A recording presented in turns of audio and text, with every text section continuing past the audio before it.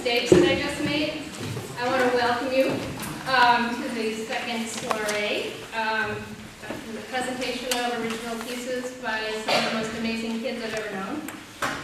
I want to also thank Dave McGivern for transforming the skankiest gymnasium in the Ithaca City School District into a room that makes me think maybe we don't really need a renovation. And he did it like today, so that's incredible. I want to thank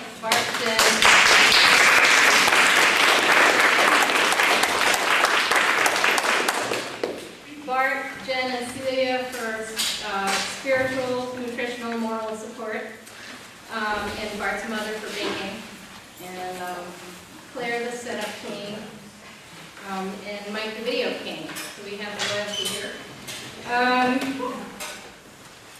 There are some assignments that were given this year in the English class that students have chosen to read their pieces from, and you might hear some, you might hear some similar patterns or similar phrases or style that comes from an assignment. So for instance, there's an assignment called Subtotals, which was an original piece called Subtotals, and your hands are so cute. So some kids are doing subtotals assignments that came from that. They're their own original work. There's a piece called There Was a Child Went Forth that is fashioned after a Walt Whitman poem, an autobiographical poem about the influences of his childhood and life. Let's see, in the program, Lily is going to be doing a dance, an interpretive dance, that was inspired by a piece that she read in the class. One of the assignments the kids have this year as a portfolio piece is to take a piece of literature, either their own or someone else's, and transform it or interpret it in some way. Some of the pieces are on that table over there. They're altered books. They took books that were recycled and had read memoirs and chose themes and images from the memoirs they read and applied them to books as a way of a final project. What else? Let me do the corrections. Chesna's, I left her off this thing, but she still is going to read. So I'll get you a corrected version for your scrapbook later. But she's going to be on the second page, the second reader. And Chesna, when you come up, will you tell us what the title is? What else? Jocelyn's reading two different things, subtotals, and three very short stories. Were those dice stories? Roll of the dice stories. They rolled dice. They had to write stories that were either, like if they rolled a 1 and a 3, a 13-word story or a 31-word story, they could choose. But it was a roll of the dice, and they got really creative with coming up with, beginning, middle, end, plot, characters, rising tension, falling tension in a very limited amount of time. I want to just remind you to turn off cell phones if they're on, and dedicate the evening to Marika Warden, Robin Bodie's daughter, who was diagnosed with leukemia a couple of weeks ago. She's got great doctors. She's in Rochester. Robin can't be with us tonight, but we are thinking about Marika and holding her in our hearts. And I also want to shout out to Jordan and Shailene, who aren't here with us, but were here with us most of the year. So there will be an intermission after Ramsey reads, because we'll all need a break after that. But really, I'm just so proud of these guys I could spit. So,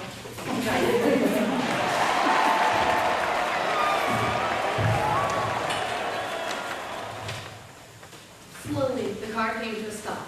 It was completely dark outside, except for a few streetlights and a neon sign that illuminated a nearly empty parking lot. Up in the front seat, my mom removed her glasses and rubbed the bridge of her nose. She carefully folded the map and tucked it back into the glove compartment.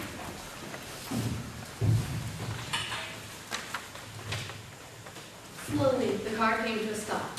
It was completely dark outside, except for a few streetlights and a neon sign that illuminated a nearly empty parking lot. Up in the front seat, my mom removed her glasses and rubbed the bridge of her nose. She carefully folded the map and tucked it back into the glove compartment. She blinked a couple of times and stared at her reflection in the rearview mirror, as if somehow that would help her look less sleep deprived. "Are you awake, honey?" she asked, turning around to face me, curled up in the back seat. "Mm-hmm," I replied. "Where are we?" "I don't really know," she said, her voice dropping to an inaudible whisper. "Let's go in and see if they have a room. We need to sleep somewhere." "Okay," I answered, but she was already out of the car, digging out her purse and unbuckling me from my car seat. "Come on, it's late." She grabbed my arm and walked briskly off towards the neon sign that slowly blinked, on and off, on and off. Inside the building, it was warm and had a slight smell of stale cigarette smoke. A rather corpulent woman sat behind a huge desk. Lined up all along the edge of her desk were an army of nutcrackers. "What do y'all need?" the lady asked in an unfamiliar southern drawl. "Yes," my mother replied, almost too quickly. "Do you have a free room?" "Just for tonight," she added, as if to clarify. I was trying to figure out who would stay there more than one night. "Will it just be you two?" the woman asked in a strange accent of hers. "Yes," my mother replied again, looking down. My mother paid the lady, reaching up onto her desk to sign a slip of paper. The lady handed her a key. "It's just down yonder on the right." The lady pointed vaguely down a dark hall. "Well, I've just got to get a couple of bags out of the car," my mom said matter-of-factly. "You wait here," she said to me. "I'll be back in just a minute." Stay here? My mind whirled. What if so many things could happen in those few minutes my mom was gone? Suddenly, the rotund lady looked much larger and rounder, peering over at me from the heights of her desk. "Don't fret, dear," she said in such a sweet voice. I looked up, startled. As I looked up at her, I also saw that row of beautiful nutcrackers. Oh, how I wanted one. Somehow, the lady with the weird accent seemed to read my mind. "You like him?" she asked. "I got lots more in this here drawer, and the manager won't ever notice one gone missing. You can have one if you'd like." Then a worry line etched itself across her doughy forehead. "Oh, but you don't have to if you don't want to." "They're beautiful," I murmured. "What'd you say?" she said, staring down at me with her little beady eyes, kind of like the roaches that lived in our kitchen. "Yes," I said, loudly and clearly, so even my mother probably could have heard from the parking lot. She laughed. "Well then, for goodness sakes, come up here and pick." Okay, this is the next story. I carefully stepped in and looked at the phone. I picked up the receiver. The operator answered. I only had enough change for a minute. My hand trembled. I dialed the number I had known all my life. He answered. I glanced at my watch. 30 seconds. My heart beat. 10 seconds. I took a breath. 5, 4, 3, and said the 3 words. I.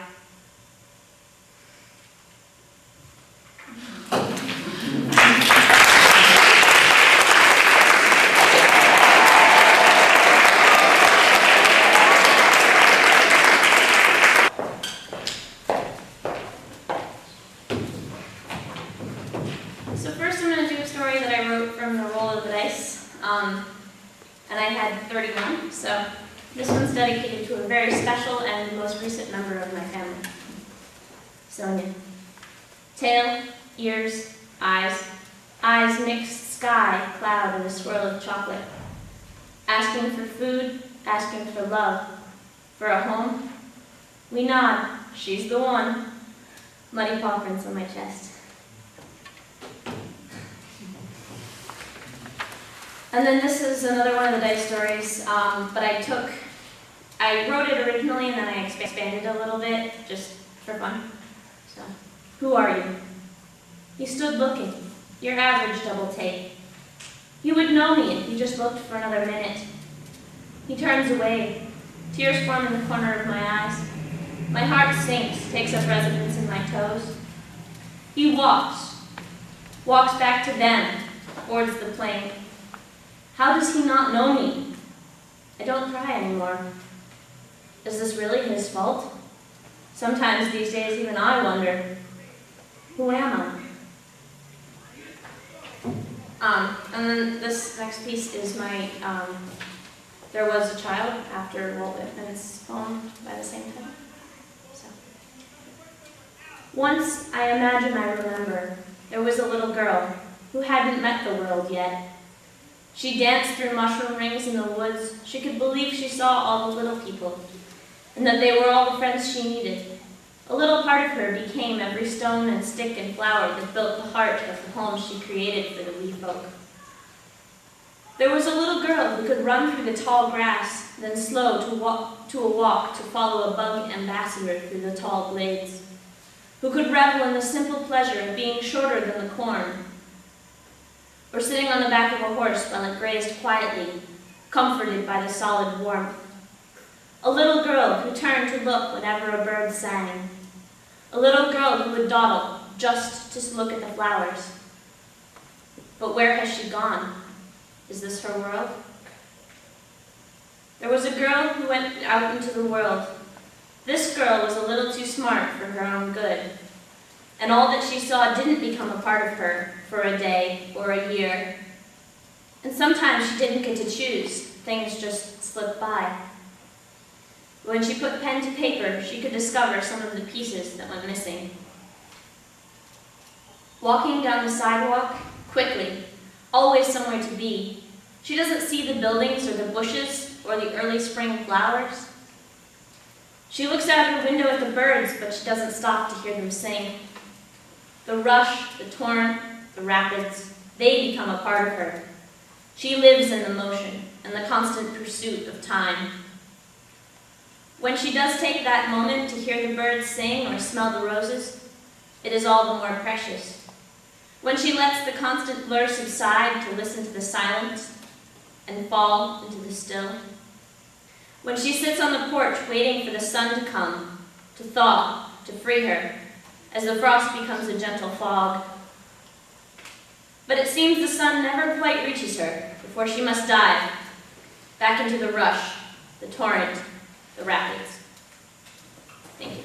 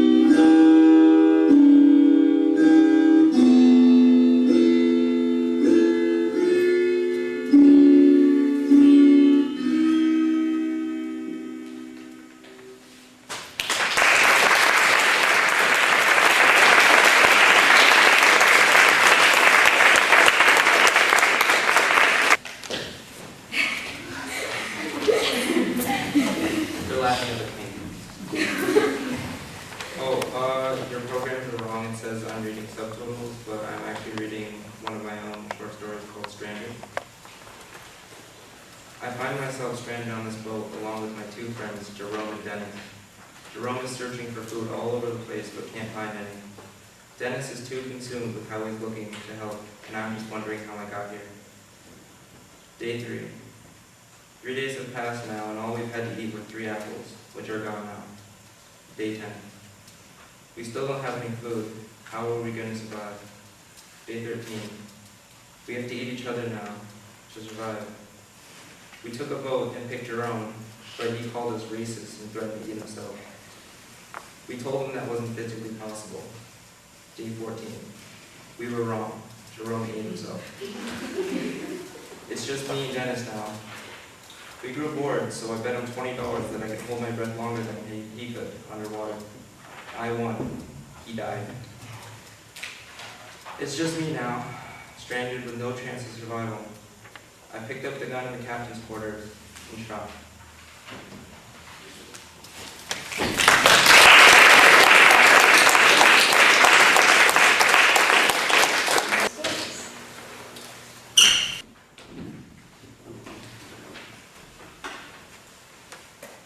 Number of ballets performed in, 16. Understudy, 7. Number of piano recitals participated in, 10. Piano recitals participated in, 10. Number of times traveled to Michigan, 16. Guatemala, 1. Montana, 1. The Caribbean, 1. Europe, 1. The Amazon, 0. New York City, 4. Imaginary places, 2,955. Number of times missed the school bus in the afternoon, 5. In the morning, 38. Number of stuffed animals owned, 32. Number of prunes eaten, 1. Number of books read for school, 39. For pleasure, more than 39. Number of Monopoly games, 1. 21. Lost, 45. Number of times fallen in love, total, 152. With a human, 0. Number of movies watched at home, 16. At friends' houses, 27. In Spanish class, 9. Number of male friends, 5. Boyfriends, 0. Number of best friends, 1.5. Number of parents, 2. Grandparents, 3. Godparents, 1. Cousins, 10. Number of dogs, 2. Cats, 1. Guinea pigs, 4. Gerbils, 4. Sisters, 1. Brothers, almost 1. Number of imaginary friends, 0. Alter egos, 1. Number of lilac trees in backyard, 1. Number of items stolen from stores, 0. Friends, 6. Sister, 11. Number of weeks spent at dance camp, 19. Number of high-heeled shoes owned, 0. Number of tests failed, 1. Toes stubbed, 10. Years lived, 15.5. Number of dollars donated to SPCA, 1,000. Number of steps it takes to get from my bed to the bathroom, 11. Number of times slapped my sister, 2. Number of times she deserved it, 1. Number of times spilled sour milk all over the kitchen floor, 1.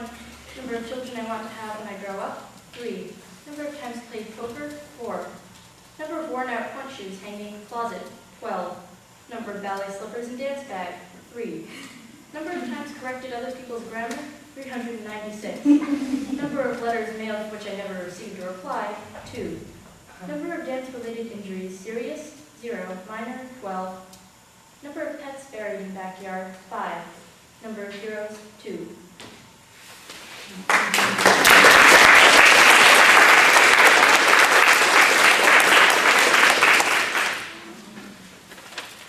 The indoor cat. She sits on the windowsill, motionless except for her ears.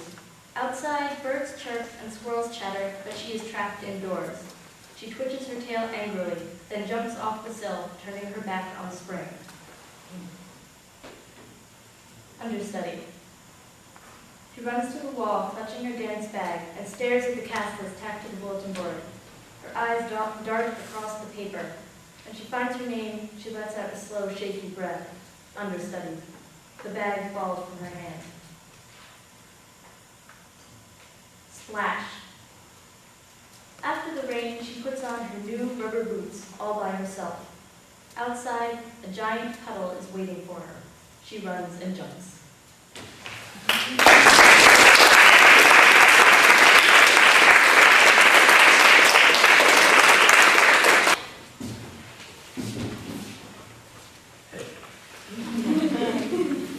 I'm going to be reading a little bit of my sob story. He ran into the dark alleyway and yelled, "Where did he go?" What he didn't know is I was hiding right above him, holding on to the staircase. I knew he wasn't the smartest of all people. His name was Frank, and he walked for the same Parson I did. When I first met Jordan, his name was Frank, and he walked for the same Parson I did. Jordan, I didn't make up the last name. When I first met Jordan, he introduced himself as a salesman, and he did pretty much sell everything you would ever want. We talked. He liked me, so he offered me a job selling motorcycles. I agreed because I like to go vroom. But what I didn't know was that I had to sell them all by a certain date. I had a month to sell 15 motorcycles. I was good. I was so good, I raised the price of them until I could afford my own and keep my regular salary. After a year, I had trouble finding new people to sell to, so I gave them back the ones I didn't sell and tried to quit and get a regular job. No one has ever done that before, which brings me back to where I started. When Frank went back inside, I jumped down and thinking I didn't care to mess with Jordan or Frank again. Tonight, I was on my way home. When I got there, my two roommates were waiting. My best bros, Dan and Joe. Dan and Joe and I met way back in the day in elementary school in 3rd grade. Joe and I both grew up in a little town out in California. We lived on the west side of town and went to a middle school called West Hill School. My family lived on the other side of town. Joe and his family lived on the other side of town, but moved to my side of town and he started going to my school. Dan joined our class halfway through the year when him and his mom moved here from New York City. We were friends ever since. Now we're in college. Now we're college students at UVM, University of Vermont. But we are off for the summer and I had no plans on staying there. They agreed to go on a camping trip that I was planning, but they had no clue what I was planning. As I walked in, Dan was like, "Wayne!" "Yes, now the party can start." "Yeah," I said, "but tomorrow we're going on a camping trip. And don't worry, I have everything planned." That night we celebrated the last night in Vermont before we left. Next morning I woke up on the floor of my room and my suitcase was packed on the bed. I didn't know what happened.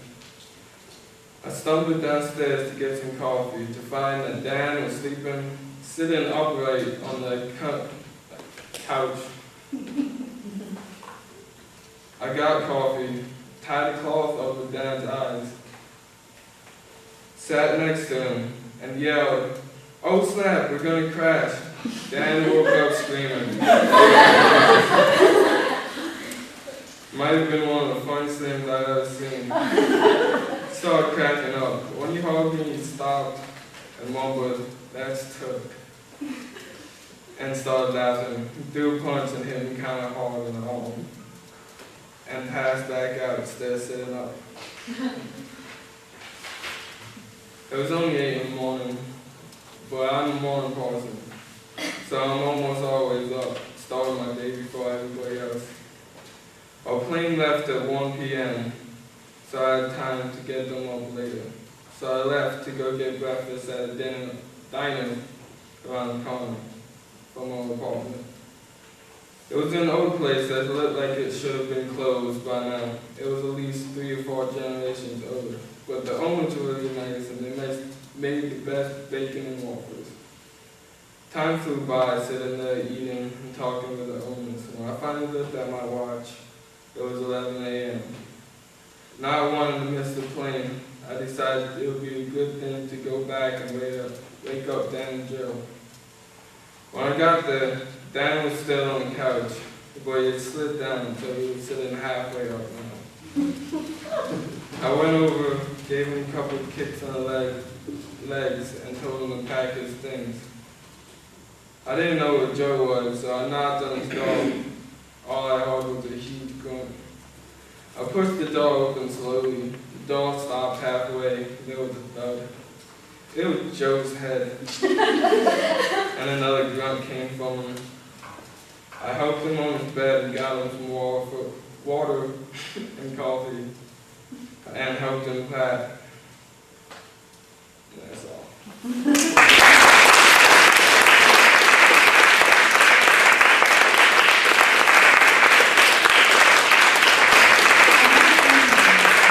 I'm not allowed. I'm protected. I'm reading a short story that I wrote called Fairy Hats. Maybe it's for my own good, but now that I see them, I can't help but wonder. They don't know about us. Mama says to keep them.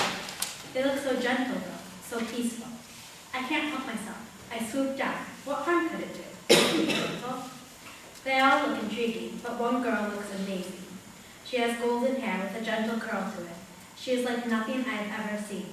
She is a little plumper than anyone I've ever met. She giggles so joyfully, like she has never encountered anything bad. I like her. She looks so precious. I can't tell what she's doing.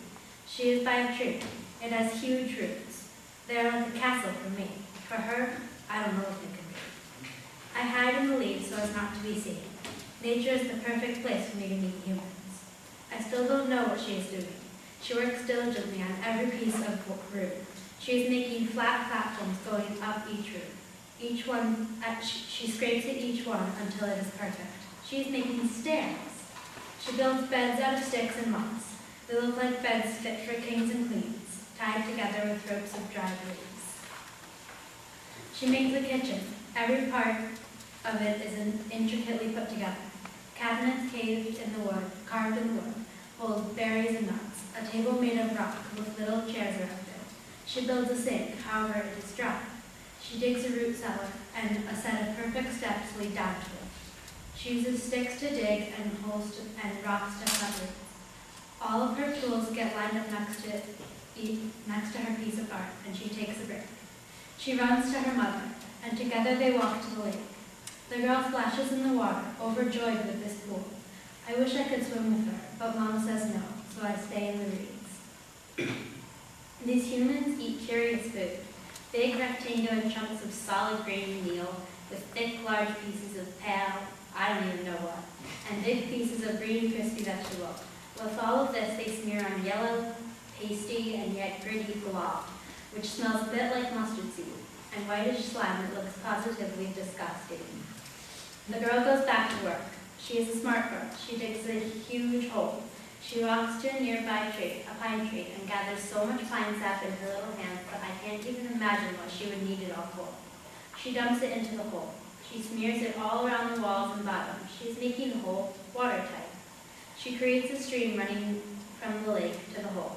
She spreads the sap all over this too. Slowly, the pond fills up. Her daddy helps her remove the sap from her chubby little fingers. She gathers a handful of nuts from her campsite. She cracks the shells very carefully so as not to break them. She places the meat in the kitchen with the nut shells and rope. She makes a pulley for each of the sinks in the tree.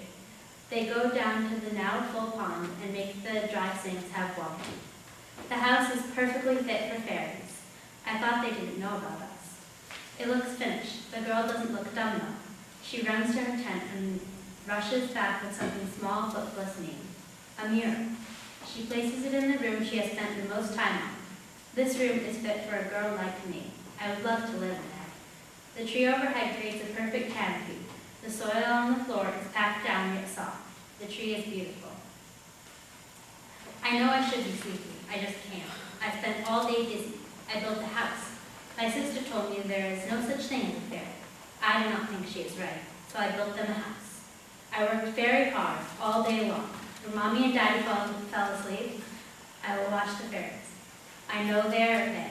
I was right. There are fairies. I have never really seen one, but I knew they were here. They are so pretty. One fairy girl is more pretty than the rest. She is like me, a smaller, more skinny me. Her hair, silver, silk. I can't tell you how pretty it is. It is nothing a person could ever think of. The house I made fits them perfectly. The fairy girl flies straight up to my favorite room. It looks like she knew it was there. I made it for a princess, and she is most definitely a princess.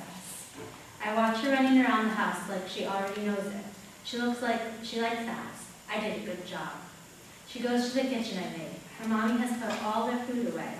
She takes out mini wooden jars. She uses the pulley I made to get water for the sink. She is making something. It looks like she is leaving the house. I hide behind a pine tree. She puts something very little on her picnic table. A crouton. Maybe she knows I built her house. The fairy girl flies over to the pond. She jumps in so prettily. I want to play with her. I might scare her though.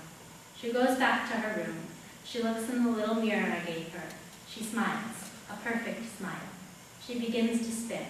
Her skirt spins and her hair blows in the warm breeze, but it still looks perfect. I know this feeling. It is fun. I spin now too. I can't help myself. She is twirling. Her head is down, eyes closed. Her head is up, facing the stars. She sees me. She spots me. I can't turn around. I can't look away. I am stuck in her stare. I am caught in her gaze.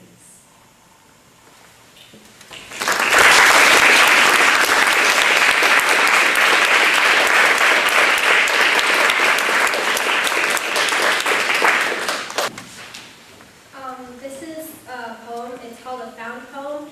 I took all the words from a poem by Ray Bradbury called Sound of Thunder. Water, mass tangle of gathered darkness, aurora of flame, orange, silver, blue, burning beautifully to chars, ashes, sea, beginning, green, fresh, after years, returning to beginnings.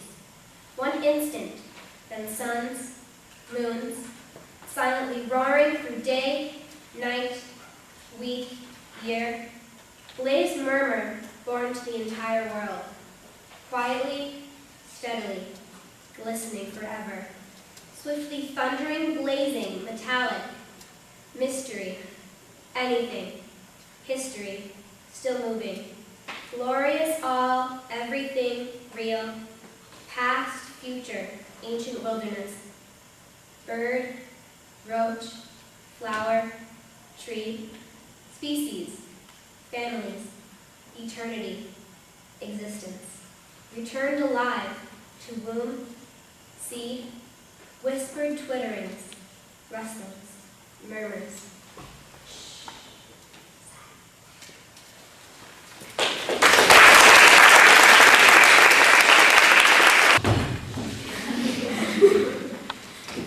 Okay, so when I originally wrote this, it was way too long for me to read, so I tried to abridge it as much as I could, so I hope it's comprehensible. Throughout all of our history, humans have killed and been killed. We will all die no matter the cause. This is a constant in life. We can pretend to make changes, but in the end, all that really matters is how much our change redeems our mistakes. Maybe several mistakes should be buried, but there will always be another to fix. So who can restore the result of today's mistake? The year is 2077, and I had caused World War III. It was an accident. I was trying to change the world, and believing it needed changing. Luckily, I had had a plan that would stop everybody from using so much energy. The first day I walked up to the tall gray building, I knew that the oil business would be the only one where I could pull off my idea. This company in particular was corrupt, had influence, and lots of money. I knew that if I worked hard and made the right friends, I could easily get into the inner circle of power. All I would have to do to get to the top would be to exceed and impress. I started out at the bottom, shoved into a mini quarter cubicle and told to punch in numbers as I saw them. After several years, I had made it as far up the ladder as I could. I had power. I wish I could have done it slowly, but I didn't. When the time was right, I acted quickly. I used all my influence, power, and my company's money to buy as many fossil fuel companies from other countries as I could. I'd say I came out of that with 95% that any given country owned. I had them put somewhere safe, using only middlemen I knew I could trust with the bribe. And so one day, suddenly the world woke up to find that their heating was shut off, local gas stations didn't have gas, and their electrical appliances were having trouble staying on. They were furious. Their lifestyle had been taken away from them, and they didn't know how or why. There were no television reports because electricity was down. We reverted back to using newspapers. Paper had hardly been used before. It was ancient and coarse and beautiful, unlike this dangerous digital era that required so much energy. I was so pleased with myself. This was exactly what I had wanted. Nobody knew who had done this. I wouldn't tell them yet. Maybe in a few years when people were glad I had done this and were searching for their hero. Right now, maybe some would call it a step backwards. Later, they would realize that it was the only way for us to survive in the future. I truly believed all this. I didn't realize how addicted we were. For work, all I had to do was pretend to be shocked about this crisis and tell people that I was doing everything I can to uncover the criminal who was doing this. After a few weeks of this, one of the workers I frequently talked to, Dan, stormed into my office. I had given him a questioning glance, so he slammed down a newspaper on my desk and began ranting. I remember reading the article, every word on the page catching my eyes. I gasped quietly, then read it again, and again. By the third reading, I came back to the present to hear Dan stop his complaining to catch his breath. World War III? I whispered, disbelieving. That's what they're calling it, Dan said with a scowl and a nod. I was still in shock. But why are we attacking each other? I read the words on the page, but somehow they hadn't registered. It couldn't be true. It wasn't true. Dan would tell me the truth. He looked at me a bit worriedly. He had seen me carefully scrutinize every word. At first, it was fighting for the bit of fuel that was left, Dan said. He looked from the newspaper to my face, and then continued. Then people started wondering where everything had gone. The terrorist had covered his tracks. But fingers were pointed about which country was holding him. Toes were stepped on. Everybody was thought to be lying. A bomb was dropped, Chris. My jaw dropped. My head had cleared a little, so I looked at the article again. At first, all I saw were the numbers. 50 hours of violence so far. 17 countries involved. Nearly 20 million soldiers planned to be drafted. One bomb. And the one number that mattered the most. 285,693 dead. The number played throughout my head. It sang itself out and made itself heard. 285,693. This was still going on. More would die. More would be sacrificed to this cause. I don't know how long I sat there staring. I killed these people. I killed 285,693 people. And I will kill more. It took an eternity to get through the next month. Another bomb was dropped. More people were killed. It was a massacre. More common than the large-scale attacks, however, was the street fighting. If you ever held a grudge against somebody, now is the time to act upon it. People were turning crazy, going primal. One morning, after looking up and down my road in search of somebody who might not take kindly to me, I step onto the streets heading for work. I hurry along, afraid somebody could be following me. As I pass a building that houses a makeshift printing press, powered by a woman on a bicycle with gears that attach to it, I slow. I do this every day now. If I go in there and tell my story, maybe all this craziness would cease. I would always feel the guilt of this war, but maybe no more blood would be spilled because of me. Or maybe the opposite would happen. Maybe I would be killed on the spot. Maybe other people would be killed over them. Maybe the peels would be burned up immediately. I squint to look inside the dim building that holds the printing press, and I see a young girl. She looks up at me and smiles. I haven't seen anybody smile in a long time. I stop in front of the doorway, and the past few months seem to pass by me as I think about everything that's happened. I couldn't just give up everything. I worked hard for this, and it was necessary. No, it still is necessary. If these people are willing to kill for it, it's not my problem. But I had done this to save everybody, save the planet. Instead, I had done the opposite and killed people. I racked my brains for some sort of answer. Well, I guess this is the only way out. I walk through the door.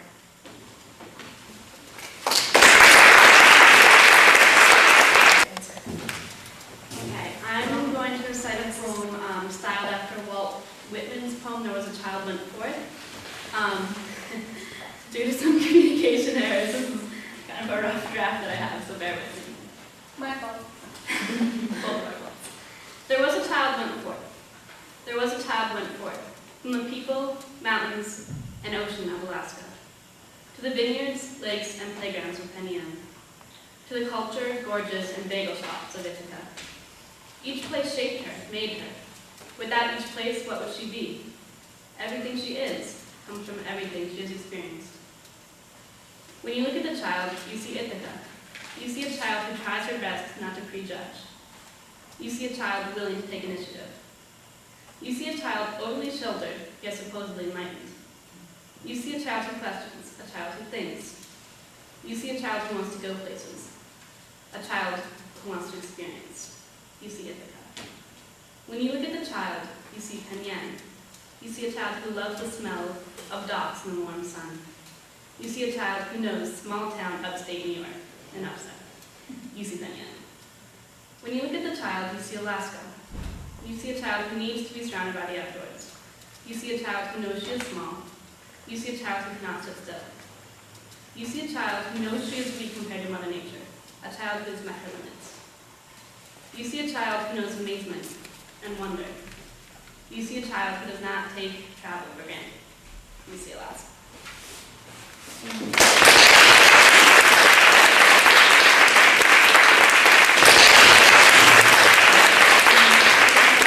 Poem that I wrote from an essay written by Emerson. I'm not sure what it's titled, but Emerson's message. Men bound with opinion, their nature one expression. The smile moved by rebuke, nonconformity with displeasure, bystanders in resistance. Trust in the heart and God. Leave consistency with the shadow words. Then exclaim, it is wise to be misunderstood. Violate the will of symmetrical virtue. Fear the harmonious voyage. Best is a zigzag tendency. Thank you.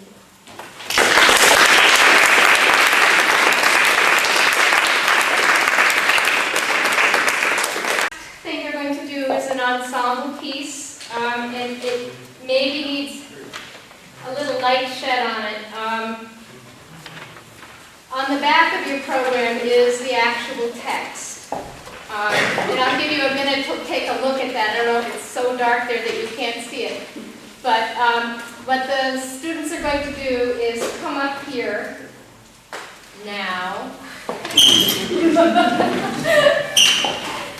And assume your positions.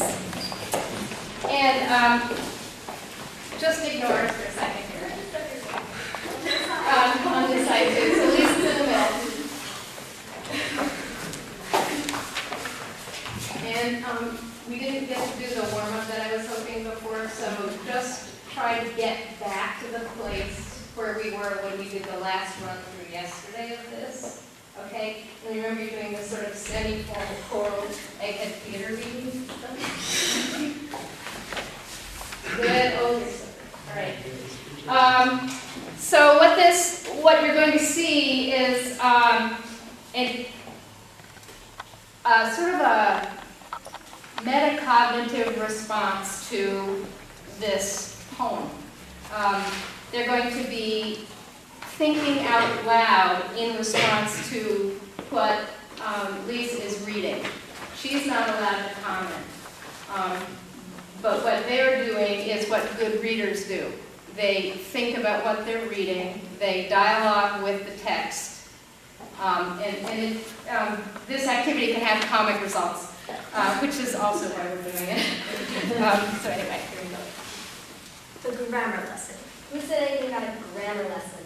Oh no, I hate grammar. By not? By Steve Cowett. A noun's a thing, a verb's the thing it does. What does it do? An adjective is what describes the noun. In the can of beets is filled with purple fuzz. Ew. Of and with are prepositions. Prevalets.